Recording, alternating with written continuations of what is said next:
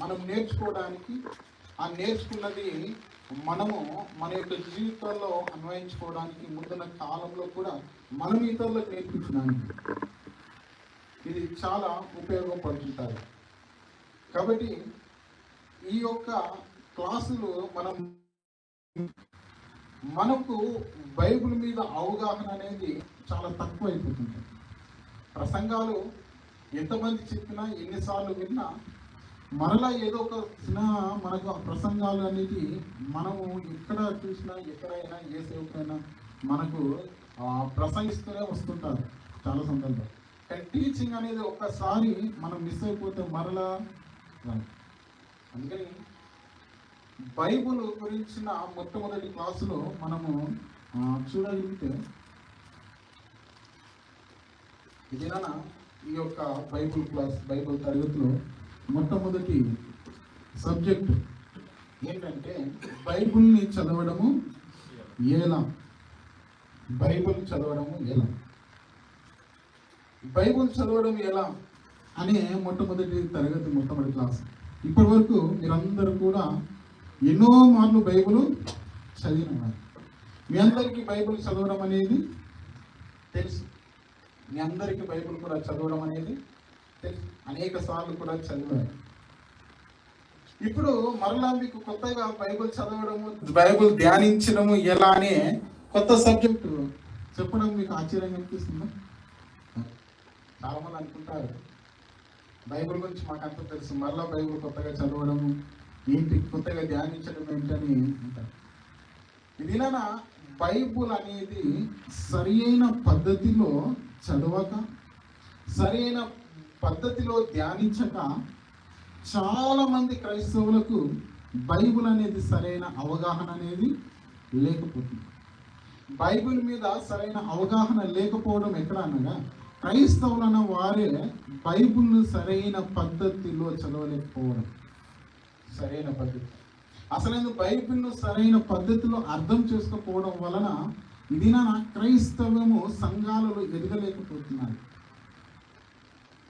ఎందుకంటే ఏదో అవసరానికి చదివే స్థితిలో ఉదయకాలం ఒక అధ్యయనము, లేకపోతే రాత్రికాలం ఒక అధ్యయనము, ఏదో ఒక వచనము చదువుకొని వారి యొక్క పనులోనికి వెళ్ళిపోయే స్థితిలో చాలామంది కనిపిస్తున్నారు. కానీ బైబిల్ ఒక క్రమ పద్ధతిలో చదివి అసలు ఏంటి బైబిల్ అంటే ఏంటి, బైబిల్ని ఏ రీతిగా చదవాలనే అవగాహన అనేది లేకపోయింది. అందుకని మనము మొట్టమొదటి క్లాస్ ఏంటంటే బైబిల్ ఎలా చదువుతే అర్థమవుతుంది, ఎలా ధ్యానించాలని. కాబట్టి ప్రియమైన దేవుని వల్ల బైబిల్ అధ్యయనం చేయడం ఎలా అనే ఈ యొక్క సబ్జెక్ట్లోనికి వెళ్దాం. కొన్ని స్లైడ్స్ ఉన్నాయి, ఆ వాటిని నేను వివరిస్తాను. అసలు బైబుల్ అంటే ఏమిటి, బైబుల్ అంటే ఏమిటి? ఇదేనా బైబుల్ అనగానే క్రైస్తవులు అనే వారు ఏమనుకుంటారంటే ఇది మా యొక్క మత గ్రంథము అనుకుంటున్నారు. బయట జనాలు చూసినా, బయట ఉన్న వ్యక్తులందరినీ చూసినా కూడా వారి యొక్క ఉద్దేశాలలోకి ఏముంది, బైబిల్ అనగానే మత గ్రంథము అనే దాంట్లోకి వెళ్ళిపోయారు. అసలు ఏంది బైబిల్ మత గ్రంథమా అంటే మత గ్రంథము కాదు. ఎందుకంటే లోకంలో ఉన్న వారు కూడా అది మత గ్రంథంగా చిత్రీకరించారు. రెండవది క్రైస్తవులు అనే వారు కూడా దీన్ని మత గ్రంథంగానే చిత్రీకరిస్తున్నారు. అసలు ఇది మత గ్రంథము కానీ కాదు. మరి రెండవది ఇది పుస్తకాలలో ఒకటి అంటే పుస్తకాలలో ఒకటి మత గ్రంథం కాదు, పుస్తకాలలో ఒకటి కాదు. ఎందుకంటే భూమి మీద అనేకమైన గొప్ప గొప్ప పుస్తకాలు, గొప్ప గొప్ప గ్రంథాలు మనకు కనిపడుతుంటాయి. అనేకమైన గ్రంథాలు ఉన్నాయి, అనేకమైన పుస్తకాలు ఉన్నాయి. మరి అలాంటి పుస్తకాలలో ఇది ఒకటి మాత్రం కానీ కాదు. ఎందుకంటే దీనికి ఈ యొక్క బైబిల్కు నేటికి ఒక ప్రత్యేకత ఉంది, నేటికి ఒక విలువ ఉంది. అత్యధికంగా అమ్ముడు పోయిన పుస్తకాలు, అత్యధికంగా ఏమంటే అనేకుల చేతిలో ఉన్న పుస్తకం ఏదైనా ఉందంటే అది బైబిల్. కొంతమంది కొన్ని పుస్తకాలు, కొన్ని గ్రంథాలు, కొన్ని జీవిత చరిత్రలు వారు అనేక పుస్తకాలు రాశారు. కానీ ఆ పుస్తకం అనేది నచ్చిన వ్యక్తి, ఇంప్రెస్ అయిన వ్యక్తి కొంతమంది చదివారు, కొంతమంది చేతుల్లోనే ఉన్నాయి. కానీ ప్రపంచంలో ఉన్న క్రైస్తవుల ప్రతి ఒక్క చేతిలో కానీ అనేక మంది ఇష్టపడుతూ చదివే పుస్తకాలలో ఏమండి ఒక్కటైనగా ఏం కనబడుతుంది? మనకు బైబిల్ కనబడుతుంటుంది. అంటే ఒక ప్రత్యేకమైన రీతిలో, ప్రత్యేకమైన కోణంలో అనేక పుస్తకాలు ఉన్నాం. ఆ పుస్తకాలకు లేని ఒక ఉన్నతమైన విలువ దేనికి ఉందంటే బైబిల్కు ఉంది. అందుకని ఇది బైబిల్ అనేది మత గ్రంథం కాదు, రెండోది పుస్తకాలలో ఒకటి కాదు. ఎందుకంటే ప్రియమైన దేవుని వలన దీన్ని మనం చూసే కోణం కూడా ఎప్పుడు కూడా మత గ్రంథంగా చూడద్దు, పుస్తకాలలో ఒకటిగా అసలే చూడకూడదు, పుస్తకాలుగా అసలే చూడకూడదు. రెండో స్లైడ్. బైబిల్ అనగా ఏమి? ఇప్పుడు చూస్తే మనము ఇంతవరకు చూసాం ఏంటంటే మత, రెండోది ఏంటిది? పుస్తకాలలో ఒకటి కాదు. అసలు మరి బైబిల్ అంటే ఏమి? దాని యొక్క సరైన వివరణ ఏంటంటే మొదటిది ఒకటి ఉంటుంది చూడండి, పరిశుద్ధ గ్రంథము దైవిక మూలమైనది, దైవ సంబంధమైనది, దేవుడు ఎవరు అనున్నది తెలియజేయు పుస్తకము. రెండవది దేవుడితో ఉండు సంబంధము మరియు మానవుడు ఎవరు అనేది తెలియజేసే పుస్తకం. ఇదేంటంటే పరిశుద్ధ గ్రంథము దైవిక సంబంధమైనది, దైవ సంబంధమైనది. రెండోది ఇదిగో దేవుడు ఎవరు అనేది తెలియజేస్తుంటారు. మనకు వేరే గ్రంథాలలో అంతగా మనకు కనిపించదు మత గ్రంథాలలో. రెండోది వేరే పుస్తకాలలో దేవుని గురించిన భావాలు కానీ దైవ సంబంధమైన సంగతులు కానీ ఏ పుస్తకాల్లో ఎవరు రాసిన జీవిత చరిత్రలు మనకు కనిపించదు. కానీ బైబిల్లో ఇదిగో మనకు ఏ రీతిగా తెలియజేస్తుంటుంది, దేవుడు ఎవరనేది తెలియజేస్తుంటుంది. అది దేవుని సంబంధమైన పుస్తకంగా మనకు తెలియజేస్తుంటారు. అంతేకాదు దేవునికి మనుషునికి ఏమి సంబంధము, అదే మనుషుడు ఎవరనేది, మానవుడు ఎవరు, దేవుడు ఎవరు, అసలు మానవునికి దేవునికి ఉన్న సంబంధం ఏంటని తెలియజేసేది బైబిల్. మీరు సైన్స్ పుస్తకాలు ఎన్నెన్నో చూడండి, అక్కడ మానవుని యొక్క జీవిత చరిత్ర ఉంటుంది, కానీ దేవునికి మానవునికి జీవిత చరిత్ర మాత్రం సంబంధానికి సంబంధించిన ఏది కూడా మనకు అక్కడ రాయబడి ఉంది. అనేక పుస్తకాలు చూసిన ఇక్కడ కూడా అసలు మనిషి ఏంటి, మనిషి యొక్క బ్రతికేంటి, మనిషి పుట్టకముందు ఎక్కడ ఉన్నాడు, పుట్టిన తర్వాత ఎక్కడ ఉన్నాడు, పుట్టిన తర్వాత మరణించిన తర్వాత మరలా ఎక్కడికి వెళ్తాడు ఏంటి అనేది ఆమె ఏ గ్రంథంలో భూమి మీద మనకు కనిపించింది. కానీ బైబిల్లో మనకు తెలియజేస్తుంటారు అసలు దేవుడు ఎవరు, దేవునికి మనిషికి ఉన్న సంబంధం ఏంటి, అసలు మనిషి ఎవరు అనేది తెలియజేసేది బైబిల్ గ్రంథం. ఏమని ఆ మాట చూస్తుంటే ఏమని ఏప్రిల్ రాసిన పత్రికలు ఒకసారి చూడండి. ఏప్రిల్ రాసిన పత్రిక 1:3 వచనాలు ఒకసారి చదవండి. కొన్ని మాటలే నేను తరగతి చూపిస్తుంటాను. పూర్వకాలమందు నానా సమయంలో నానా విధములుగా ప్రవక్తల ద్వారా మన పితరులతో మాట్లాడిన దేవుడు ఈ దినముల అంతమందు కుమారుని ద్వారా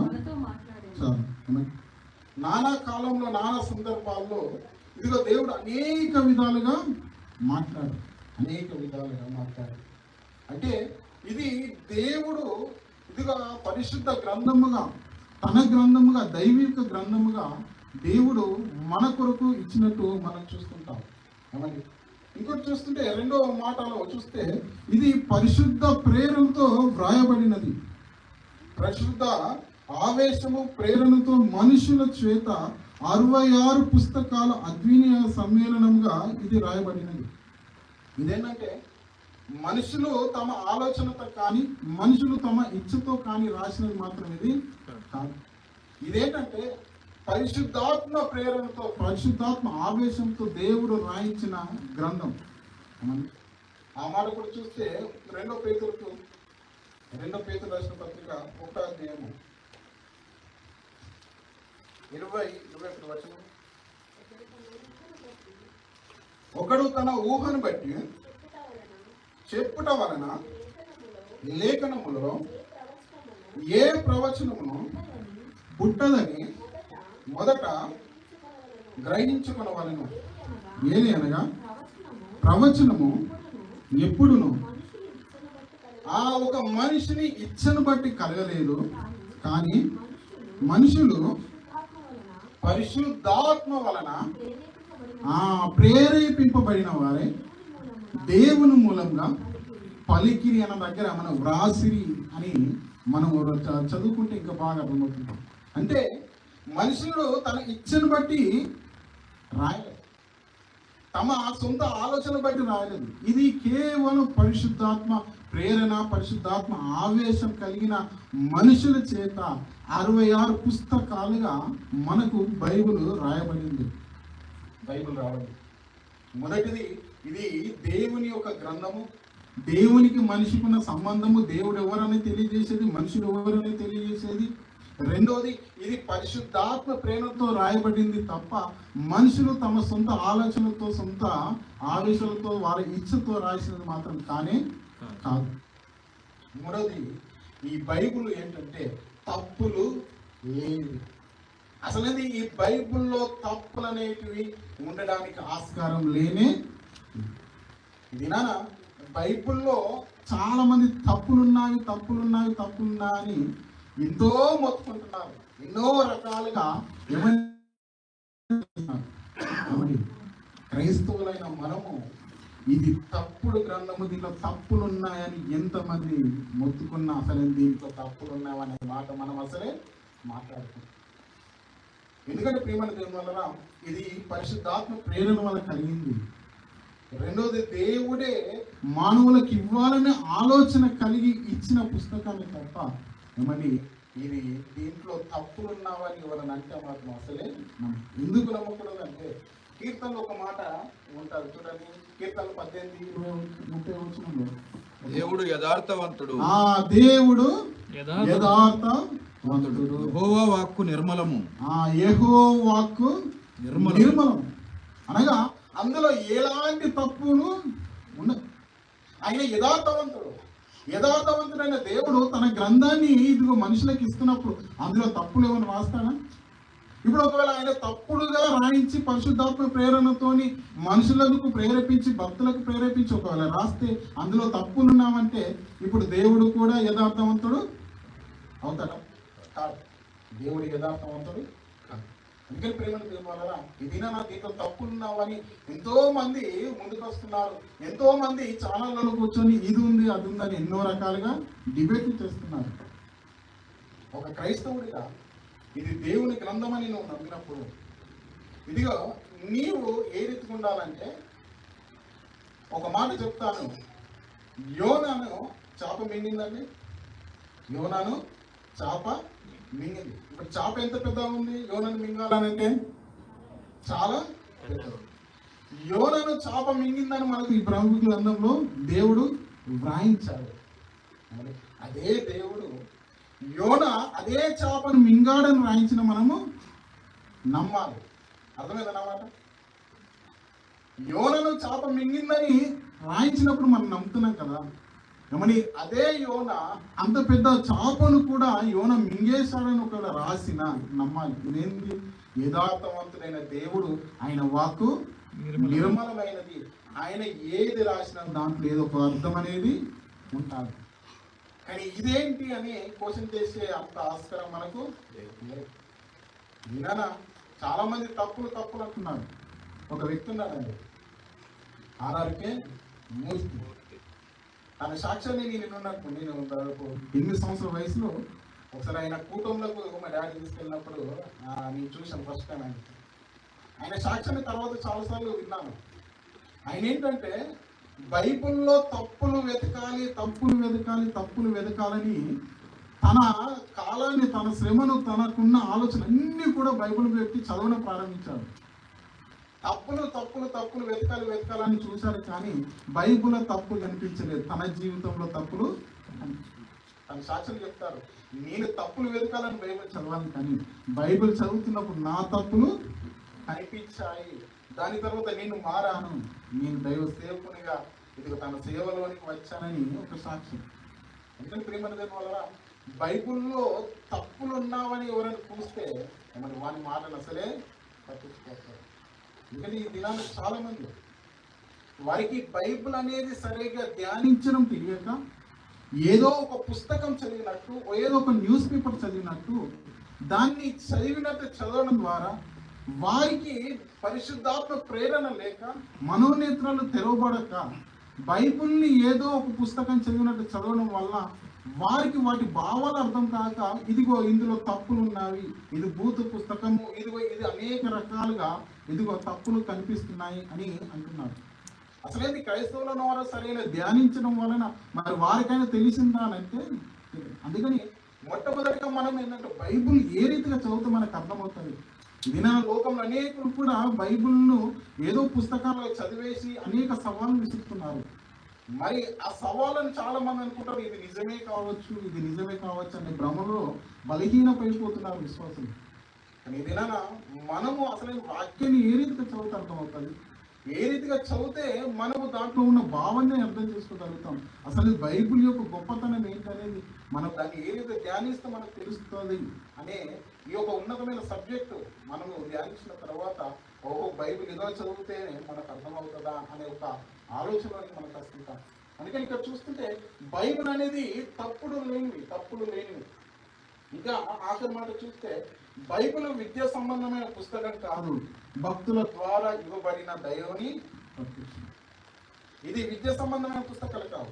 ఎందుకంటే ఇది ఇక్కడ చాలా మంది కూడా ఉన్నత చదువు చదివిన వారు, 1వ తరగతి నుండి మొదలుకొని 10వ తరగతి, 10వ తరగతి తర్వాత +2, +2 తర్వాత మళ్ళీ డిగ్రీ తర్వాత ఏమైనా బీటెక్ చేసిన వారు కూడా ఉన్నారు. ఇప్పుడు ఒక మాట చెప్తాను, శిష్యులు తరిగినది ఫస్ట్ తరగతిలో చదివినది మరలా బీటెక్లో చదువుతామా? ఒక్కొక్క తరగతికి ఒక్కొక్క పుస్తకాలు మారుతూనే ఉంటాయి. తరగతికి పుస్తకాలు మారుతాయి. 10వ తరగతి వరకు పుస్తకాలు వేరే, మరలా ఇంటర్లో పుస్తకాలు వేరే, మరలా డిగ్రీలో పుస్తకాలు వేరే, తర్వాత మరలా పీజీలో పుస్తకాలు వేరే. తరగతికి పుస్తకాలు మారుతుంటాయి. ఎప్పుడు చూసినా ఒకే పుస్తకం అనేది ఉండదు. కానీ బైబిల్ చూడండి కొన్నిసార్లు చెప్తుంటారు నా సేవా అనుభవం 30 సంవత్సరాలు, సేవా అనుభవం 40 సంవత్సరాలు, 50 సంవత్సరాలు, 60 సంవత్సరాలు గొప్పగా చెప్తుంటారు. ఇప్పుడు 60 సంవత్సరాలు చదివినా తరగనిది. ఇప్పుడు 10వ తరగతి వరకు ఒకటే సంవత్సరంలో 6 పుస్తకాలు చదువుతాడు, మరలా 6 పుస్తకాలు పారేయడమే. మరలా అవి ఎప్పుడు కూడా తన జీవితంలో ఉపయోగానికి రావు. అలా కనీసం ఒక 15 సంవత్సరాలు, 18 సంవత్సరాలు, 20 సంవత్సరాలు కొన్ని పుస్తకాలు చదువుతాడు. అది ఒక్కసారి చదివిన తర్వాత మరలా పంపుతాడు. కానీ ఈ గ్రంథం మాత్రం నీ రక్షణ మొదలైన దినాల నుండి మరలా నువ్వు చనిపోయేంత వరకు ఎంత చదివినా, ఎన్ని మార్లు చదివినా ఏమండి తరగనికి అందుకని తరగనికి వేవి. ఇది ఒక బాయితో పోలుస్తుంటారు. ఏమండి ఎంత తోడితే అంత వస్తుంటారు. అంటే ఎంత చదివినా కానీ ఇంకా ఇంకా ఇంకా చదవాలని ఆశ కలిగేది, ఇంకా చదువుతున్నాగా ఎన్నో ఆలోచనలు వచ్చేది. ఒక పుస్తకం చదివితే 10 సార్లు మనం చదివిన అదే ఉంటుంది. ఒక న్యూస్ పేపర్ ఎన్నిసార్లు చదివినా అదే ఉంటుంది. కానీ బైబిల్ చదివినప్పుడు చదివిన ప్రతిసారి మారుతున్నారు ఆలోచనలు. మీ వాక్య ధ్యానం కోసం వాక్యాన్ని ప్రిపేర్ అవుతున్నప్పుడు ఎన్నోసార్లు ఆ వచనం చదివిన ఇంకోసారి చదువుతున్నప్పుడు మరలా ఇంకో ఆలోచన కలుగుతుంటుంది. అరే ఈ వచనాన్ని ఇన్నిసార్లు చదివాను కదా, లేదు మరలా చదివితే అధ్యాయులు మరలా చదివినప్పుడు మరలా ఏదో ఒక ఆలోచన. అంటే మన జీవిత కాలం అంతా కూడా చదివిన సరిపోనిది తరగనిది. ఇది విద్యా సంబంధమైన పుస్తకాలు 1 సంవత్సరం వాడతాం, మరలా పక్కకు పెట్టేసుకుంటాం, మరలా ఇంకో తరగతిలోకి వెళ్ళి ఇంకో కొన్ని పుస్తకాలు వాడుతాం, వాటికి చదువుతాం. కానీ ఇది విద్యా సంబంధమైన పుస్తకము కాదు, ఇది జీవిత సంబంధమైనది. అది దేవుని ప్రత్యక్ష వలన మనకి ఇవ్వబడినది. ఇంకొక స్లైడ్. బైబిల్ ఎలా చదవాలి? ఎందుకంటే ఇప్పటి వరకు బైబిల్ అంటే ఏమిటనేది మనం చూసాం. ఎందుకంటే బైబిల్ అది దేవుని గ్రంథము, దేవుడు ఎవరు అనేది, మనుషులు ఎవరు అనేది తెలియజేసేది. రెండవ మాట ఏం చదువుతామండి, అది పరిశుద్ధాత్మ ప్రేరణ వలన మనకు అనుగ్రహింపబడిందండి. మూడవది తప్పులు లేని, అది బైబిల్ ఉన్న విలువ. రెండోది బైబిల్ ఎలా చదవాలంటే మొదటిది శ్రద్ధగా చదవాలి. శ్రద్ధగా చదవాలని అంటే ఇదిగో నీకు చేతనైనంత గొప్పగా చదవాలి. ఏ రీతిగా చదవాలి మరి చూస్తుంటే నేను ఒక చిన్న చిన్న పాయింట్లలోనే వెళ్ళిపోయిద్దాం. ఇంకొక కొన్ని స్లైడ్స్ ఉన్నాయి, మనకు సమయం కూడా ఉంది కాబట్టి ప్రేమైన దేవుని శ్రద్ధగా చదవాలి. శ్రద్ధగా ఏ రీతిగా చదవాలని అంటే ఒక ఉదాహరణ చెప్తాను. ఐఏఎస్ ఎగ్జామ్స్ రాసే వారిని మరి మీరు ఎప్పుడైనా చూసారో లేదో నాకు తెలియదు, కానీ వారు చాలా శ్రద్ధగా చదువుతుంటారు. వారు ఒక కాలాన్ని పెట్టుకుంటారు, ఒక సమయాన్ని పెట్టుకుంటారు. వారు ఆ సమయాన్ని పెట్టుకున్న తర్వాత వారు చదువుతున్న ప్రతి పుస్తకాన్ని చాలా శ్రద్ధగా గమనిస్తూ చదువుతుంటారు. ఏదో పైన చదివేసి వెళ్ళిపోరు. వారు చదువుతున్న ప్రతి దాంట్లో ఒక పాయింట్ని తీసుకుంటారు. వారు చదువుతున్న ప్రతి దాంట్లో ఒక విలువైన సందేశాన్ని తీసుకుంటారు. వారు చదువుతున్న ప్రతి పుస్తకాలు చూడండి మిమ్మల్ని చాలా శ్రద్ధగా ఆసక్తితో చదువుతుంటారు. మామూలుగా మనం ఎగ్జామ్స్ రాసేటప్పుడే మనము కొన్ని ఏమండి ఆ అంశాలు లేకపోతే కొన్ని సబ్జెక్టులను మనం ఉదయకాలంలో లేచి 4 గంటలకు లేచి ఎంత శ్రద్ధగా చదువుతాం. అంటే మనకు ఒక వాతావరణం కూడా అనుకూలించాలి. మరలా ఎగ్జామ్స్కు వెళ్ళడానికంటే ముందు కొన్ని రోజుల దినాలుగా మనం ఒక శ్రద్ధ కలిగి చదువుతుంటాం. అప్పటి వరకు లేని శ్రద్ధ ఆ 10 రోజులలో, ఆ 2 రోజులలో, ఆ ఎగ్జామ్ ఉదయకాలంలోనే మనకు వస్తుంటుంది. ఆ సమయంలో ఒక ప్రత్యేకమైన రీతిలో చదువుతుంటాం. ఇంపార్టెంట్ ఏంటి, అందులో ఏమి వస్తుంది ఏంటనేది చదువుతుంటాం. కాబట్టి మనం వారిని చూసినప్పుడు వారు చదివే రీతిని గమనిస్తే ఎంత శ్రద్ధగా చదువుతుంటారో, ఎలాంటి డిస్టర్బెన్స్ లేకుండా చదువుతుంటారు. ఇప్పుడు మనం కూడా బైబిల్ ఎలా చదవాలంటే శ్రద్ధగా చదవాలి. నీ శక్తికి మించి నువ్వు చదవాలి. దాన్ని ధ్యానించడానికి నీకు ఆసక్తి ఉండాలి, నీకు ఆశ, ఒక తపన ఉండాలి. ఆ తపన కలిగిన వ్యక్తిగా నువ్వు చదవాలి. అందుకని ఒక మాట చూడండి, 2 తిమోతిలకు రాసిన పత్రిక 2వ అధ్యాయం 15వ వచనం. దేవుని ఎదుట యోగ్యునిగాను సిగ్గుపడనక్కరలేని పనివానిగాను సత్యవాక్యమును సరిగా ఉపదేశించువానిగాను నిన్ను నీవే దేవుని కనపరుచుకుంటకు జాగ్రత్త పడము. నిన్ను నీవు దేవుని కనపరచుటకు జాగ్రత్త పడు. సత్యవాక్యాన్ని సరిగా విభజించేవాడు, ధ్యానించేవాడిగా, జాగ్రత్తగా, శ్రద్ధ కలిగిన వ్యక్తిగా నీవు చదవాల్సిన వాడి. అంతేకాదు ఇంకోటి, ప్రతిరోజు క్రమంగా చదవాలి. చాలా మంది ఆదివారం రోజునే మరి కొంతమంది చదువుతుంటారు. కొంతమంది చర్చిలోకి వచ్చాకనే బైబిల్ జిప్ ఓపెన్ చేస్తారు. మళ్ళీ చర్చ్ అయిపోయినాక జిప్ క్లోజ్ చేస్తారంటే మరలా ఆదివారము రావాలి. మిగతా రోజుల్లో ఒకవేళ మిగతా రోజుల్లో చదివినా ఎలా చదువుతారండి?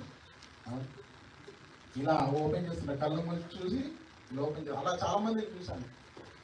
కొంతమంది కేవలం ఉన్న వాక్యాన్ని దాంట్లో చూసి అలా చదివిన వారు ఉంటారు.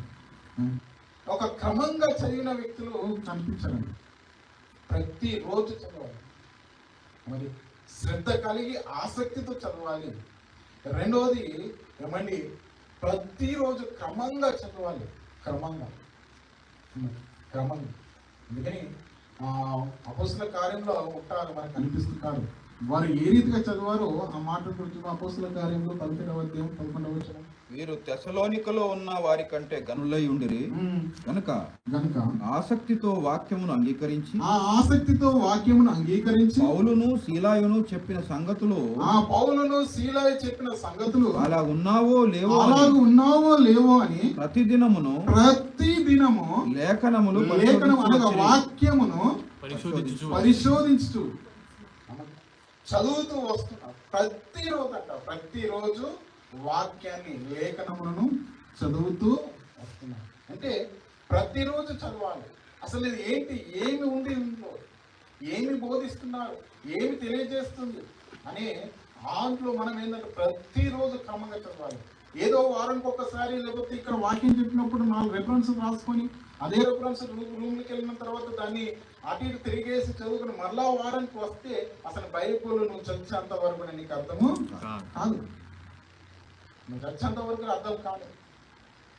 కొంతమంది పేపర్స్ రెఫరెన్స్ రాసుకుంటారు, మళ్ళా వారం అంతా అదే రెఫరెన్స్ చూస్తారు. కానీ వాక్యాన్ని సరైన పద్ధతిలో చదవాలనే ఆసక్తి చాలా మందిలో కనిపిస్తుంది. ఎందుకని ప్రతిరోజు క్రమంగా చదవాలి. మూడోది పరిశుద్ధాత్మ మీద ఆధారపడుతూ చదవాలి. మరి పరిశుద్ధాత్మ మీద ఆధారపడుతూ చదవాలి. ఎందుకు పరిశుద్ధాత్మ మీద ఆధారపడాలంటే కింద వాక్యం ఉంటుంది కీర్తనలో 119, 124లో, నీ శాసనములు నాకు సంతోషకరములు అవి నాకు ఆలోచనకర్తలై ఉన్నవి.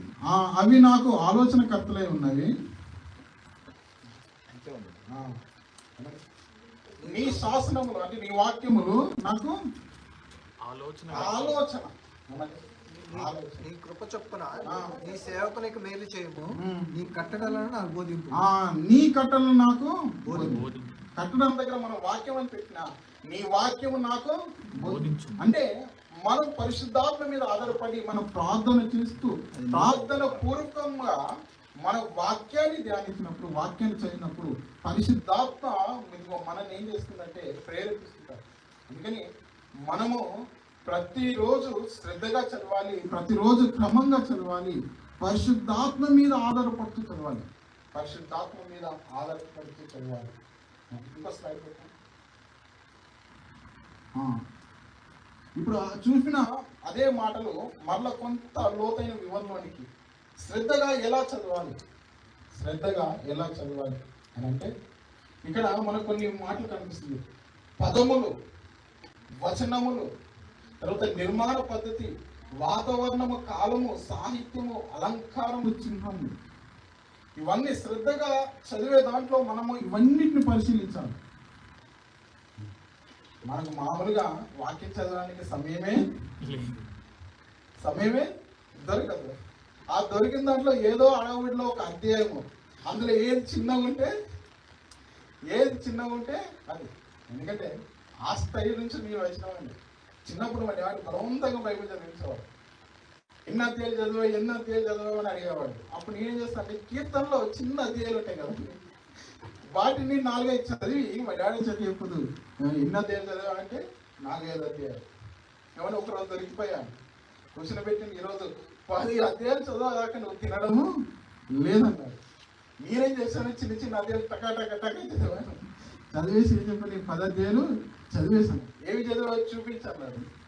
ఎన్నిసార్లు చదివినా అవే చదివి, ఎందుకు చిన్నగా ఉంటుంది ఒక అధ్యాయం. సమయం అనేది మనకు దొరకదు, కానీ దొరికిన సమయంలో మనం చదివే ఒక అధ్యాయమైనా 5 వచనాలైనా ఒక్క వచనమైనా దాన్ని ఏదైతే అంటే పరిశీలనగా చదవాలి. ఏంటంటే ఎలాంటి పదములు ఉన్నాయి, పదాలు ఏమేమి ఉన్నాయి, ఎలాంటి పదాలు.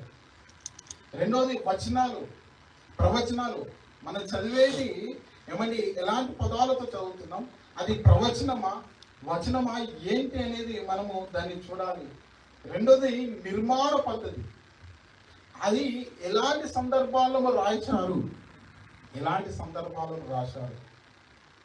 సందర్భాలు. ఎందుకని వాక్యం అనేది మనకు ఒక అధ్యాయం చూస్తుంటే అధ్యాయం మొత్తం ఒకటే రకంగా మనకు కనిపించదు. మీకు ఒక మాట మీకు చూపిస్తాను, ఒక అధ్యాయాన్ని అసైన్మెంట్ అనుకోండి. లూకా సువార్త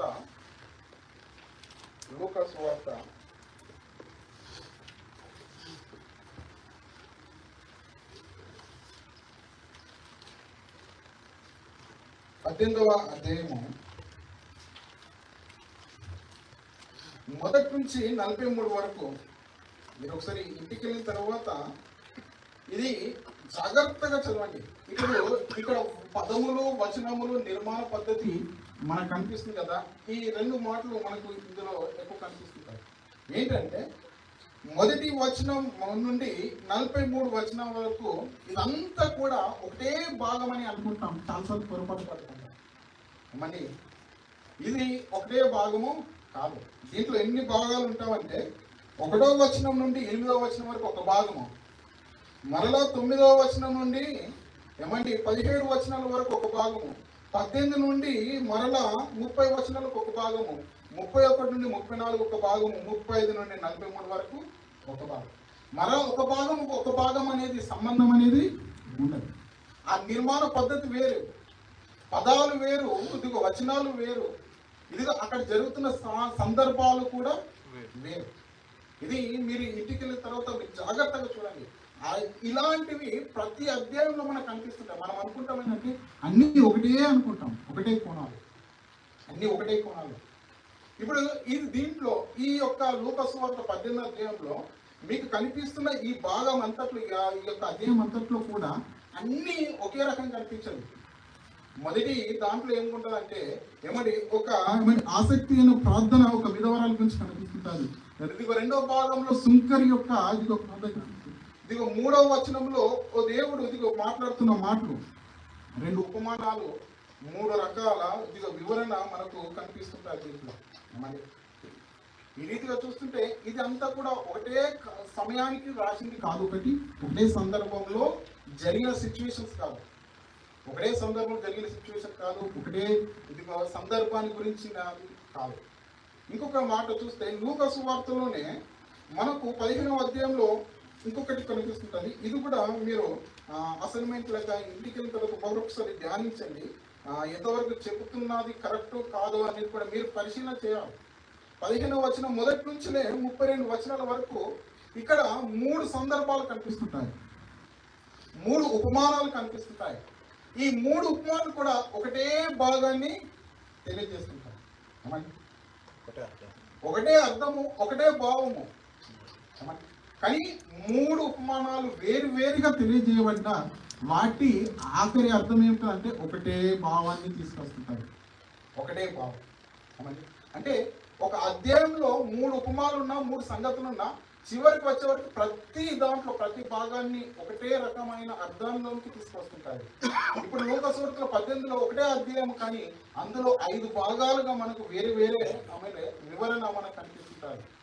ఇంకొకటి ఇదే లూకా సువార్తలో ఒక మాట చూద్దాము. 2వ అధ్యాయము లేదా 4వ అధ్యాయము,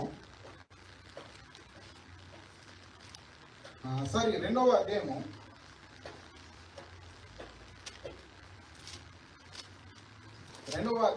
21 నుండి మనకు ఇక్కడ 34 వరకు ఒక భాగము మనకు కనిపిస్తుంటారు. ఇదేంటంటే మీ అందరికి తెలిసిన సందర్భమే. యేసుక్రీస్తుల వారు పుట్టిన తర్వాత సున్నతి చేయడానికి ఎక్కడికి తీసుకెళ్తారు? అక్కడ మనం పొరపాటు పడుతుంటాం. అవునండి, సున్నతి చేయడానికి మందిరం తీసుకువెళ్ళారనే భావము అనేది మనకు ఇందులో చదివి చాలా మంది వివరిస్తుంటారు సేవకులు. కానీ ఇక్కడ సందర్భము కలిపి రాయబడిన మళ్ళీ మీరు ఇంటికి వెళ్తున్నది ఇది కూడా ఒక అసైన్మెంట్ గా చూడండి. ఇక్కడ చూస్తుంటే యేసుక్రీస్తుల వారు పుడతారు, 8వ దినాన సున్నతి తానున్న చోట, ఏ ఇంట్లో ఉన్నాడో ఏ చోట ఉన్నాడో అదే చోట సున్నతి చేస్తారు. మరలా ఇదిగో శుద్ధ దినములు కంప్లీట్ అయిన తర్వాత, శుద్ధ దినములు అంటే ధర్మశాస్త్ర ఇదిగో పద్ధతిలో మోస ధర్మశాస్త్రం చొప్పున శుద్ధ దినములు కంప్లీట్ అయిన తర్వాత ఇదిగో యెరూషలేము దేవాలయానికి తీసుకొస్తారు. అంటే మధ్యలో దాదాపు ఒక 60 దినాల గ్యాప్, లేదంటే 70 దినాలు 80 దినాల డిస్టెన్స్ అనేది మనకు కనిపిస్తుంటారు. కానీ ఇక్కడ చదవబడిన దాంట్లో ఏంటంటే వెంటనే అనుకుంటాం. చాలా మంది కూడా ఈ దినాన్ని ఏం భావిస్తారంటే యేసుక్రీస్తు పుట్టిన తర్వాత 8వ దినాన యెరూషలేముకు తీసుకొచ్చారు, యెరూషలేములో సుమియోను చేతిలో పెడితే సుమియోను ఏం చేశారు? సున్నతి చేశారనుకుంటా. సుమియోను సున్నతి చేశారని చాలా మంది అనుకుంటారు, కానీ కాదు. ఎందుకంటే ధర్మశాస్త్రం ఏం చెప్తుంది, ఆ కాలం ఏంటి, ఇక్కడ రాయబడిన ఆ సందర్భాలు ఏంటి అనేది మనం జాగ్రత్తగా చదివితే అక్కడ కాల విభజన అనేది మనకు కనిపిస్తుంటాయి. అందుకని మన ప్రతి వచనాన్ని చదివేటప్పుడు నిర్మాణ పద్ధతి, పదాలు, వచనాలు మనం చూడాలి. 3వది వాతావరణ కాలం, వాతావరణం అది ఏ సందర్భం రాయబడింది. వాతావరణం అనగా ఆవేశంతో ఉన్నది, దుఃఖంతో రాయబడినది, సంతోషంతో రాయబడినది, లేకపోతే ఏడుస్తున్న సందర్భాలు ఏంటి అనేది. చాలా సందర్భాల్లో వాక్యం అనేది కొన్ని సందర్భాలు దుఃఖంతో కూడినే ఉంటాయి సన్నివేశాలు, కొన్ని సందర్భాలు ఆనందంతో ఉంటాయి, కొన్ని సందర్భాల్లో దిగ్భ్రాంతితో, వేదనతో, ఆశ్చర్యంతో కూడిన సందర్భాలు. వీటన్నిటి కూడా మనము ఆలోచన చేయాలి చదివేటప్పుడు. ఒక సందర్భంలో పేతురు గారు నీటి మీద నడుస్తుంటారు, నీటి మీద నడిచి సంతోషపడ్డాడంటే భయపడ్డాడు. అక్కడ భయంకర అంటే భయం అనే వాతావరణం. యేసుక్రీస్తుల వారు ఏమండి మరియా దగ్గరికి, మరియా ఉన్న మార్త వారి యొక్క తమ్ముడు చనిపోయారు కదా లాజరు, ఆ సందర్భం వచ్చినప్పుడు మరియా వచ్చి ఇదిగో యేసుక్రీస్తుని వేడుకుంటది. అక్కడ సంతోషకరమైన సందర్భమా? కాదు. అదేంటి? అది దుఃఖకరమైన సందర్భం. అంటే అక్కడ సమయ సందర్భాలు, కాలాలు, వీటన్నిటి కూడా మనం పరిశీలించాలి. చదివేటప్పుడు వీటన్నిటి పరిశీలించినప్పుడు ఆ సందర్భం ఏంటి, అక్కడ ఉన్న వాతావరణం ఏంటి అనేది మనం చూడాలి. ఇంకో కింద చూస్తే సాహిత్యం సాహిత్యం కూడా మనము జాగ్రత్తగా క్రమ పద్ధతిలో ఏ రీతిగా శ్రద్ధగా చదవాలన్నది సాహిత్యం అంటే బైబిల్ అనేది పద్య భాగాలుగా ఉన్నది, గద్య భాగాలుగా ఉన్నది, ప్రవచన భాగాలుగా ఉన్నది. పద్య భాగాలు, గద్య భాగాలు, ప్రవచన భాగాలుగా ఉన్నాయి. మనం చదువుతున్నది పద్య భాగమా, ప్రవచన భాగమా, గద్య భాగమా? మరి మనకు యోగు నుంచి కీర్తనలు, ఏమని సామెతలు, పరమగీతములు, ప్రసంగి, ఇవన్నీ మనకు పద్య భాగాలు కనిపిస్తుంటాయి.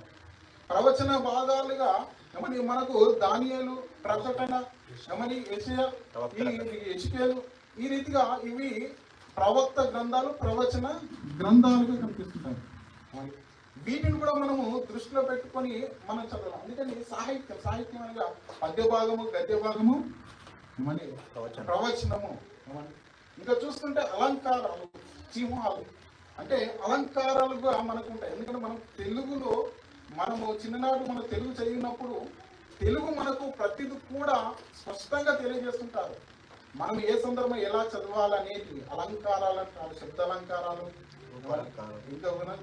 ఇంకా ఏ సమాసాలు అనుకుంటా ఏమో మనకు తెలుగులో ఎంతో చక్కగా. అంటే అది ఇప్పుడు మనకి ఎందుకు ఉపయోగపడతా అంటే మనం ఒక కాంటెక్స్ట్, ఒక భాగాన్ని చదివేటప్పుడు దాన్ని అర్థం చేసుకునే శైలి అనేది మనకు అది తెలియాలి.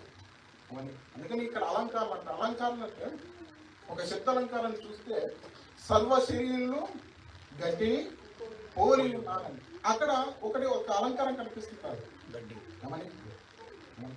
ఇంకో కొన్ని చోట్ల చూస్తుంటే ఏమండి ఉప్పులతో పోలుస్తుంటారు, మీరు ఉప్పై. ఇంకో సందర్భంలో మనకు కనిపిస్తుంటారు నాలుగు. ఈ రీతిగా కొన్ని ఏంటంటే అలంకారాలు కనిపిస్తుంటాయి. అలంకారాలు ఉప్పుతో పోల్చడం, గడ్డితో పోల్చడం, ఆవిరితో పోల్చడం, ఈ రీతిగా మనకు కొన్ని కనిపిస్తుంటాయి. వాటిని కూడా మనము జాగ్రత్తగా పరిశీలించి కూడా చదవాలి. ఇంకోటి ఏంటంటే చిహ్నాలు, గుర్తులు. ఇప్పుడు యేసుక్రీస్తుల వారి గురించి ఏమని చాలా గుర్తులు కనిపిస్తుంటాయి. ఆయన ఒక గొర్రె పిల్లగా, వదకు తేబడిన గొర్రె పిల్ల అంటారు.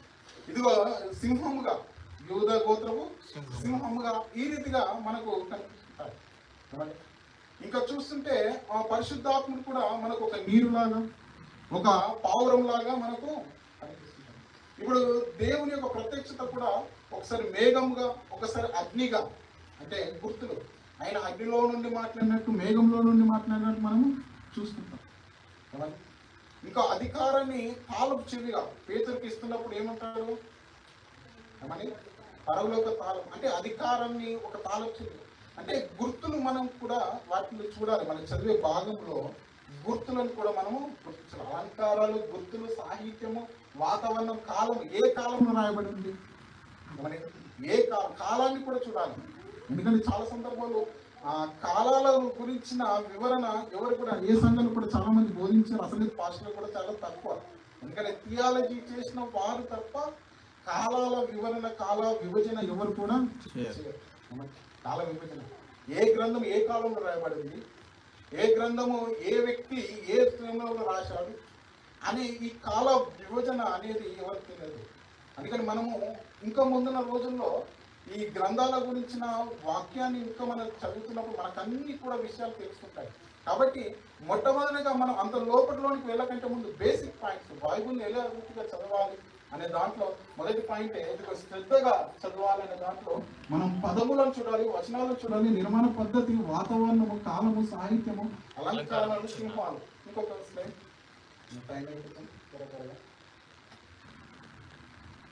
ప్రతిరోజు క్రమంగా చదవాలి. అంటే పాఠ్యభాగాన్ని మనం గమనించాలి. అందుకని దీన్ని నేను 3 భాగాలు చెప్తాను. గమనించడం, వ్యాఖ్యానించడము, అన్వయించడము. అంటే పాఠ్య భాగం మనం చదువుతున్న భాగాన్ని బాగా గమనించాలి, అది ఏమి చెప్పుతున్నది అనేది మనం గమనించాలి. రెండవది వాక్యాన్ని ఇచ్చడం, దీని భావం ఏమిటి. మూడోది అన్వయించుకోవడం, నేనేమి చేయాలి అలాగే కింద రెఫరెన్స్ ఇచ్చాను కానీ నేను చూపాను. ఆ పైన వచనం ఏంటంటే మనం ఇంతవరకు చూసాం కదా, ఇదిగో పౌలు వారు ఏమి చెబుతున్నారంట, వారు అన్ని దినము లేఖనములను పరిశీలిస్తూ వచ్చారు. రెండవ మాట అపోస్తల కార్యం 8:30 వచనంలో అంటారంటే నసుంపకుడు మరి ఆ యొక్క యెషయా గ్రంథాన్ని చదువుతున్నప్పుడు దీని భావం ఏమిటి చదువుతున్నాడు కానీ అర్థం అవ్వట్లేదు. దీని భావం ఏమిటి అని చదువుతుంటాడు. దాని తర్వాత అతను అంటాడు, ఇదిగో నేనేమి. ఇంకో సందర్భంలో ఏమని పౌలు గారు మొట్టమొదటిగా ఇదిగో దర్శనాన్ని చూసిన తర్వాత దర్శనాన్ని చూశారు. నీవు ఎవరన్నప్పుడు నేను నిన్ను హింసిస్తున్నా యేసు అన్నది కానీ అప్పుడు అంటాడు, అయ్యా నేనేమి. అర్థమైపోయింది. ఇప్పుడు ఆయన ఏంటి ఎవరు కనిపించకుండా నాకే కనిపిస్తుంది, ఆ స్వరం నాకే వినిపిస్తుంది అంటే ఇప్పుడు నాతో ఏదో పని ఉంది, నేనేమి చేయాలి. అందుకని వాక్యాన్ని చదివేటప్పుడు శ్రద్ధగా చదవాలి, క్రమంగా చదివే దాంట్లో మనం గమనించాలి ఏమి చెప్తున్నది, వాక్యం ఏమి చెప్తున్నది, ఇదిగో దానిలో ఉన్న భావం ఏంటి. మూడోదిగా నేనేమి చేయాలి అన్నది. నేనేమి చేయాలి, ఏదో చదివామో క్లోజ్ చేసామని పక్కన పెడితే కుదరదు. అందులో ఉన్న వాక్య భాగం ఏమిటి, ఇదిగో ఇది నాకేం చెప్తున్నది, నేనేమి చెయ్యాలనే దాంట్లో ఉన్నది. ఇంకొకటి పరిశుద్ధాత్మ మీద ఆధారపడి, అసలు ఇది పరిశుద్ధాత్మ మీద ఆధారపడి మనం చదివాం అనుకోని అసలు బైబుల్ అనేది తప్పుడుగా మనకి ఎప్పుడు కూడా అర్థం కాదు. ఇంకోటి ఏంటంటే బైబుల్ అర్థమైనంత గొప్పగా మళ్ళా మనకి ఏది కూడా లోకంలో అర్థం కాదు. ఎందుకంటే పరిశుద్ధాత్మ మీద ఆధారపడి చదివినప్పుడు ఇదిగో దేవుని గురించిన సత్యాలను నేర్పిస్తున్నారు. మరి సత్యాలు యోహాను సువార్తలో 16:26 సత్యాలు ఇది చూసి మనం ఆదరణకర్త అనగా తండ్రి నా నామమున పంపబో పరిశుద్ధాత్మ సమస్తమును మీకు బోధించి అంటే పరిశుద్ధాత్మను సమస్తాన్ని బోధిస్తున్నాడు. అంటే దేవుని ప్రేమ, పరిశుద్ధాత్మ ప్రేమతో దేవుడు ఇచ్చిన ఈ గ్రంథము మనం పరిశుద్ధాత్మ మీద ఆధారపడి చదివితే మనకు బోధిస్తాడు. మన సొంత జ్ఞానంతో మనం చదవాలనుకోండి మనకు అసలే వినన లోకంలో అనేకులు సొంత జ్ఞానంతో చదువుతున్నారు, సొంత జ్ఞానం. అందుకని లోతు కుమార్తెలు తప్పు చేశారని, ఇదిగో ఎవరో తప్పు చేశారని, ఇదిగో దావీదు తప్పు చేశారని, ఇది ఒక భూత పుస్తకాన్ని వారు ఏంటంటే పరిశుద్ధాత్మ మీద ఆధారపడి చదవట్లేదు. అసలు వారికి బైబుల్ ఏ రీతిగా క్రమ పద్ధతులు చదవాలనే ఆలోచన అవగాహన లేదు. కాబట్టి వారు ఏదో పుస్తకంలో చదివారు, ఇది నన్ను ఎన్నో రకాల తప్పులు. ఇప్పుడు అదే వ్యక్తులు ద్వితీయోపదేశ కాండంలో ఏమని మరలా ఎందుకు చదవరు? అక్కడ కొన్ని దేవుడు కట్టడాలు ఇచ్చారు కదా, ఏమని ఆ కట్టడాలను ఎందుకు చదవరు? మరలా యేసుక్రీస్తుల వారు బోధనలు ఎందుకు చేయరు? ఎందుకంటే వ్యభిచారిస్తేనే తప్పు అంటే ఇప్పుడు కంటితో చూపుతో చేస్తేనే వ్యభిచారం. మరి వాటి గురించి ఎవరు కూడా చెప్పరు. లోతు కుమార్తెలు అంటారు, లేకపోతే దావీదు అంటారు. కానీ మరి యేసుక్రీస్తుల వారి బోధన దగ్గరికి వచ్చే వరకు వారికి నోరు రాదు. ఎందుకు? ఇక్కడికి వచ్చే వరకు మరలా కాంటెక్స్ట్ మారిపోయింది. ఇప్పుడు వారికి ఏంటంటే అదే తప్పు కనిపిస్తుంటారు. ద్వితీయోపదేశ కాండంకి వచ్చిన తర్వాత దేవుడు ఇచ్చిన ఎన్నో కట్టడాలను, శాసనాలను అసలైంది పొరుగు వారి గురించిన చదువు ఆలోచన వాడిని ఏం చేయాలనేది ఖచ్చితమైన ఏమని నిర్ణయాలు, కట్టడాలను పెట్టించారు కదా. కానీ వాటి గురించి రాదు. ఏమని యూదా గురించి మాట్లాడతారు, తామెర గురించి మాట్లాడతారు. అసలు ఆ కాలం ఎప్పుడు, ఆ కాలంలో దేవుడు ఆజ్ఞలు ఎలా ఉన్నవి, ధర్మశాస్త్రం ఎప్పుడు ఇచ్చాడు, ఆ దినాన చేస్తే అది పాపమా కాదా అని ఆ కాలము తెలియదు, ఆ వాతావరణం తెలియదు, దాని గురించిన వివరణ కూడా తెలియక చాలా మంది మాట్లాడతాం. కానీ మనం ఏంటంటే పరిశుద్ధాత్మ మీద ఆధారపడినప్పుడు సత్యాలను మనకు బోధిస్తుంటాడు. రెండోది సత్యంలో మనల్ని నడుపుతాడు. మూడోది ఇదిగో తప్పుడు గ్రహించినట్లు మనకు సామర్థ్యము చేస్తాడు. నాలుగోది విధేయత చూపుతాడు. మరి బైబుల్ను మనం పరిశుద్ధాత్మ మీద ఆధారపడినప్పుడు సత్యాల గురించి నేర్పుతాడు, మనల్ని సర్వసత్యంలోనే నడిపిస్తుంటాడు. మూడవది ఇదిగో తప్పులు గ్రహించినట్లు, మనం ఏ తప్పు చేసినా మనల్ని గద్దిస్తాడు. మనం చదువుతున్నప్పుడు ఇదిగో మనం ఒకవేళ తప్పుడులో మనం నడుస్తున్నప్పుడు మనం ఖచ్చితంగా హెచ్చరిస్తాడు, గద్దిస్తాడు. మరలా అలాంటి తప్పులు చేయకుండా మనల్ని సరి చేసుకుంటాడు. మరి దేవునికి విధేయత చూపిస్తుంటారు. ఇంకో స్లైడ్. కాబట్టి ఇప్పటి వరకు మనం చూసిందా భాగాలు ఏంటంటే శ్రద్ధగా చదవాలి. రెండోది ఏమండి? రెండోది ఏంటండి? మొదటిది శ్రద్ధగా చదవాలి, రెండోది ప్రతిరోజు క్రమంగా చదవాలి, మూడోది పరిశుద్ధాత్మ మీద ఆధారపడి చదవాలి. బైబిల్ ధ్యానించడం ఎలా అనగా ఇదిగో శ్రద్ధగా చదవడం, ప్రతిరోజు క్రమంగా చదవడం, మూడోది పరిశుద్ధాత్మ మీద ఆధారపడి చదవడం. ఇవి ఈ 3 పాయింట్లు మనము బైబిల్ చదివే విషయంలో చాలా జాగ్రత్తగా ఆలోచించి చదివితే మనకు బైబిల్ అర్థమవుతుంటుంది. తర్వాత ఇదిగా ఆఖరిగా ఏంటంటే నేను చెప్పాను, కానీ మరలా ఇక్కడ సమయం ఉంటే నేను చెప్తాను. బైబిల్ 66 పుస్తకాలుగా దేవుడు మనకి ఇచ్చాడు. అది 2 భాగాలుగా ఉన్నది. మళ్ళీ 2 భాగాలు. పాత నిబంధన అనేది 39 పుస్తకాలు, కొత్త నిబంధన 25 పుస్తకాలుగా ఏమది ఈ 66 పుస్తకాల సమ్మేళనమైన ఈ బైబిల్ 2 భాగాలుగా మనకు కనిపిస్తుంటారు. బైబిల్ చదవగానే అర్థమవుతుంది. కానీ ఇప్పుడు మనం మొదటి దాంట్లో ఇంట్రడక్షన్ గా ఏంటంటే బైబిల్ ఏ రీతిగా చదవాలని మనం చూసాం. బైబిల్ను ఏ రీతిగా అర్థం చేసుకోవాలి అంటే పాత నిబంధన ఏంటి, క్రొత్త నిబంధన ఏంటి అనేది మనం ఆలోచించాలంటే 2 భాగాలుగా ఉంటుంది. పాత నిబంధన 39 పుస్తకాలు, ఈ 39 పుస్తకాల వివరణ వేరే, మరలా కొత్త నిబంధన 27 పుస్తకాల వివరణ వేరే. అందుకని పాత నిబంధన అవలోకనము, క్రొత్త నిబంధన అవలోకనం అని నేను అది తీసాను, కానీ ఇది చేయలేదు. పాత నిబంధన అర్థం చేసుకోవడం ఎలా, క్రొత్త నిబంధన అర్థం చేసుకోవడం ఎలా. క్రొత్త నిబంధన లేకుండా పాత నిబంధన లేదు, పాత నిబంధన లేకుండా క్రొత్త నిబంధన లేదు. అందుకని మీకు ఒకసారి నాకు గుర్తు పాత నిబంధనలో కొన్ని చూపించారు స్లైడ్స్, మనకి ఎంతమంది గుర్తుందో లేదు. కీర్తనలు 150 అధ్యాయులు ఎవరెవరు ఇక్కడ ఎలాగ రాశారని కూడా ఒకసారి చెప్పాను. అలాంటి భాగాలు మనకు ఈ పాత నిబంధన అర్థం చేసుకోవడం ఎలా, అవలోకనం ఎలా, కొత్త నిబంధన అవలోకనం ఎలా అనేది మనకు ఉంటుంది. మరి అవి మనము చదివినప్పుడు, అది ధ్యానించినప్పుడు దాంట్లో కాలాలు, వ్యక్తులు, సమయ సందర్భాలు, అది పద్య భాగమా, గద్య భాగమా, ప్రవచనమా, సువార్తలు ఏంటి, పత్రికలు ఏంటి, ఇవన్నీ కూడా మనకు కొత్త నిబంధన, పాత నిబంధన అవలోకంలో మనం ఇంకా నేర్చుకోగలుగుతాం. కాబట్టి మొదటి మనకు సబ్జెక్ట్గా, మొదటి పాఠంగా బైబిల్ని ఏ రీతిగా చదవాలి, ధ్యానించడం ఎలా అనే దాంట్లో మనం ఇంతవరకు కొన్ని విషయాలను మనం ధ్యానించాం. కాబట్టి శ్రద్ధగా చదవాలి, ప్రతిరోజు క్రమంగా చదవాలి, పరిశుద్ధాత్మ మీద ఆధారపడుతూ శ్రద్ధగా ఏ రీతిగా చదవాలని కూడా మనం కొన్ని స్లైడ్స్ చూసాం. కాబట్టి ప్రతిరోజు క్రమంగా ఏ రీతిగా చదవాలి, పరిశుద్ధాత్మ మీద ఏ రీతిగా ఆధారపడి చదవాలని కూడా మనం చూసాం. వీలైతే అది కూడా మనకు గ్రూప్లో పెడతారు దాంట్లో.